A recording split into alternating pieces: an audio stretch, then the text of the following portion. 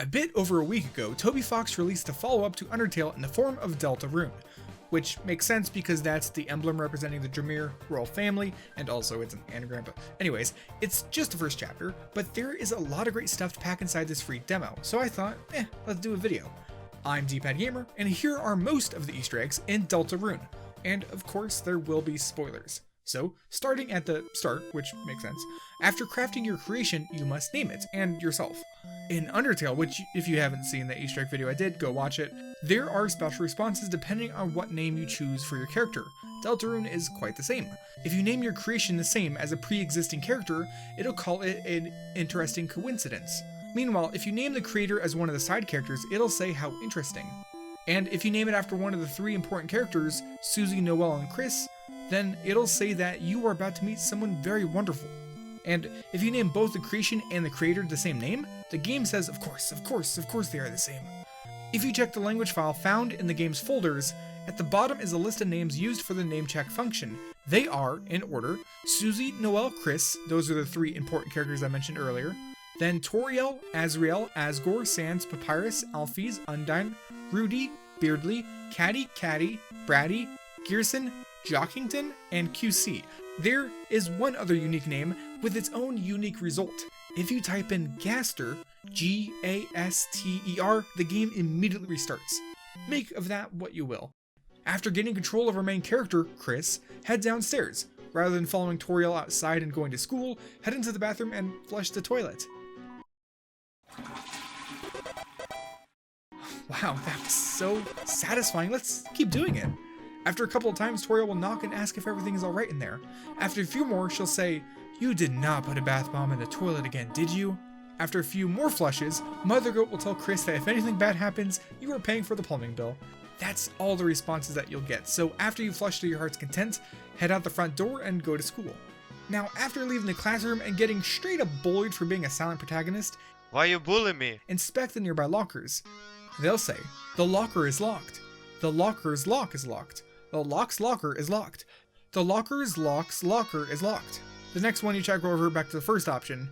If to you the word lock no longer has any meaning, that's called semantic satiation, which is another fun word, and also your fun fact for the day. After being dropped down into the underground, when you try to use your cell phone to call home, you'll hear this noise.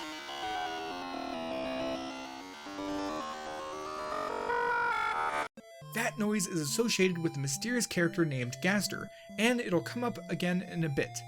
For now, we find ourselves in a combat tutorial with our new fluffy friend, Ralse. I'm gonna go with Ralse. Also, I know that's an anagram of Azrael, but you probably already knew that. Anyways, for the act, he'll tell you to try giving the dummy a hug.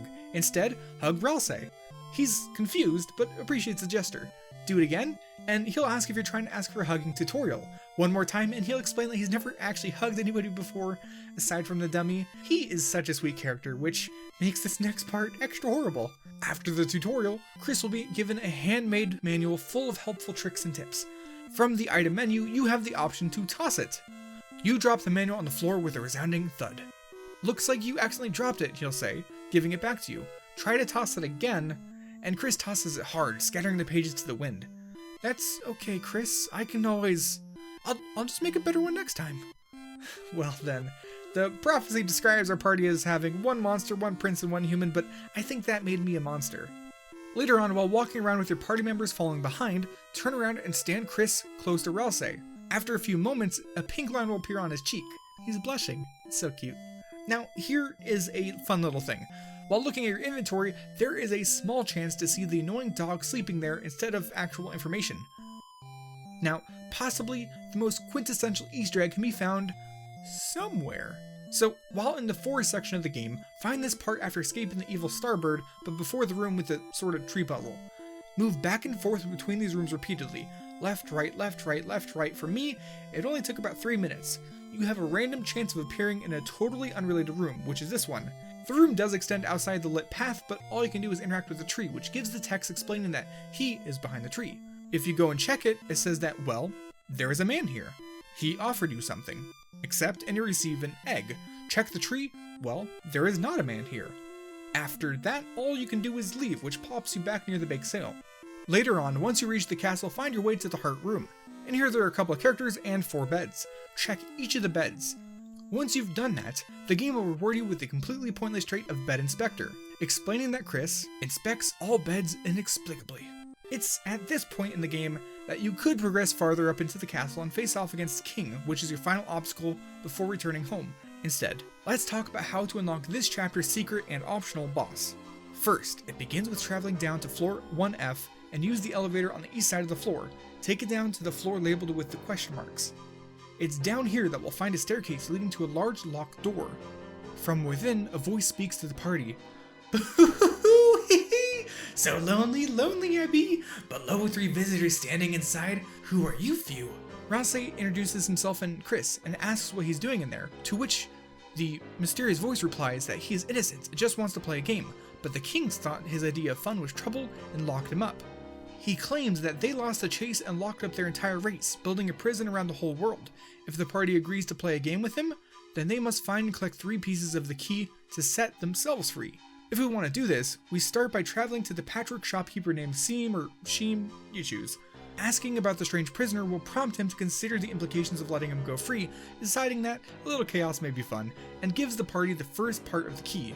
The second part of the key can be found in this part of the forest. Simply head south through an unseen passage, and all that stands in your way are a few rabbits. With broken key B in hand, head all the way back to this section in the field. This is actually the first key you can obtain in the game, even without meeting the prisoner and speaking with Seem. If you weren't paying attention in the castle, the order of the rooms, which is also the code, is Diamond, Heart, Club, Spade. With broken key C in hand, you need to take them to the smith, which resides just north of the bake sale. Go ahead and let him fix the key. Now, head back to the castle. If you're ready, use the key to make a smaller door inside the bigger door.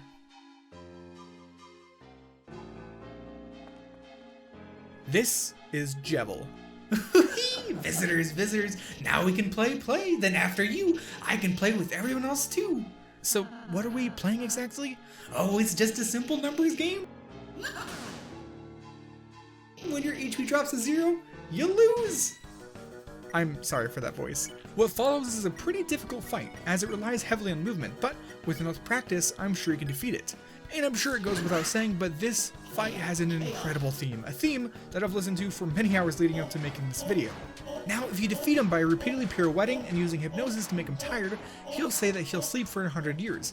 However, he warns that a nightmare will awaken in the hearts of the Lighteners in the shadow of the Knight's hand, whatever that means. He then gives the party the Jevil Stale, a piece of armor. If you instead defeat him using attacks, he'll eventually end the fight and compliment the party on their strength and speed. Again, he warns of the hand of the knight drifting forward, but this time also warns that soon the queen returns and hell's roar bubbles from the depths. As a reward, he gives the party the devil's knife. With that done, once you find yourself back in the overworld, head south past the church until you reach these locked doors. The music has faded out, and if you stand right next to the doors, you'll hear some ominous sounds.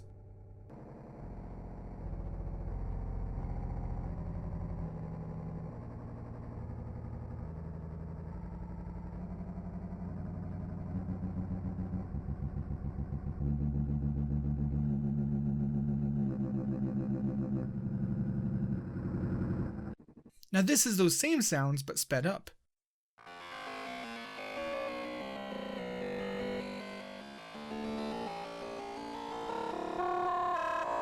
Once again, that's Gaster's theme/voice. What does it all mean? I am not the person to ask, but now you know it exists.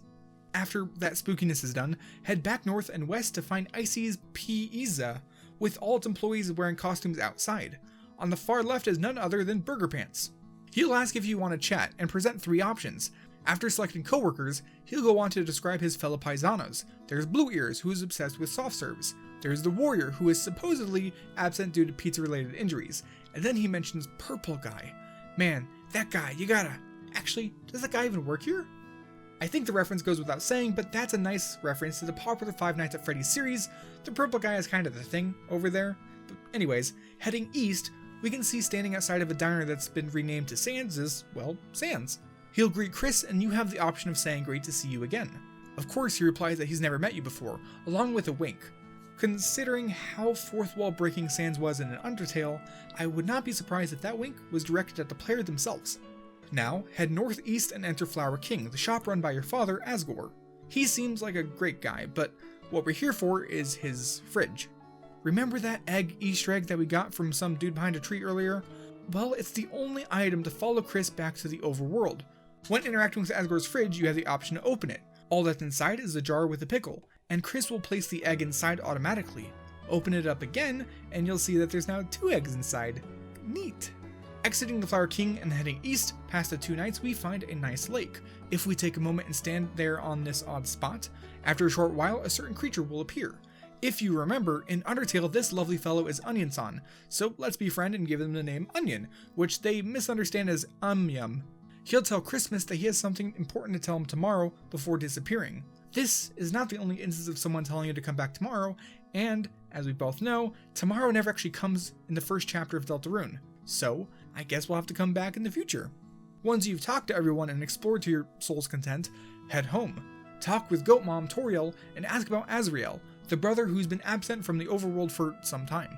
Remember that video game you and Azrael used to play? What was it called? Super Smashing Fighters? When he was very little, he loved the green lizard from that. We even had a birthday party for him themed around it. Your father painted all of these eggs with spots as decorations. Oh, your brother loved it. Until the next day, your father cooked them all for breakfast. Your brother just kept crying ever since he's hated that book about eating green eggs. Aw, leave it to Toby Fox to blend a reference with some legitimately great world building. Anyways, after admiring Toriel's famous butterscotch pie, head upstairs to bed. Now that we're here, getting into bed is the end of the chapter. In the final sequence, Chris throws himself out of his bed and, as if possessed by some darkness, rips out his own heart and throws it into the cage. What you might not have realized is that in the brief moments that Chris's heart is in the cage, you remain in control. The game allows you to nudge the heart around. I only know about this because my buddy Swankybox told me about it. Which, by the way, if you're trying to make some sense about Deltarune's ending, he's your guy. The game is over, but this video is not. If you decide to play through Deltarune again, you have the option of returning to bed. Doing so immediately drops you into the underworld, skipping the opening sequence, which is quite handy. And one other thing you might try doing post-game is messing around with the files. If you edit your Deltarune save file located in App Data, Local, Deltarune folder, you can change the room Chris is saved in by changing the number in the 10,317th line.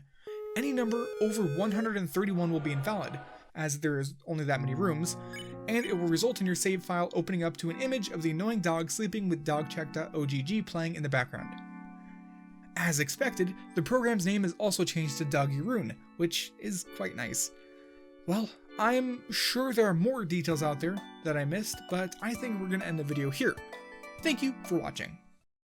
And of course, thanks to my channel members Huntress, Randomosity, Living Dead Girl, and Yoshi Roll. If you'd like to see your name here and get a bunch of other perks, then consider becoming a member of the channel. Also, obligatory merch plug. I do have t-shirts, phone cases, and other stuff over at Designed by Humans. That's about it for this one. I'll see you in the next video.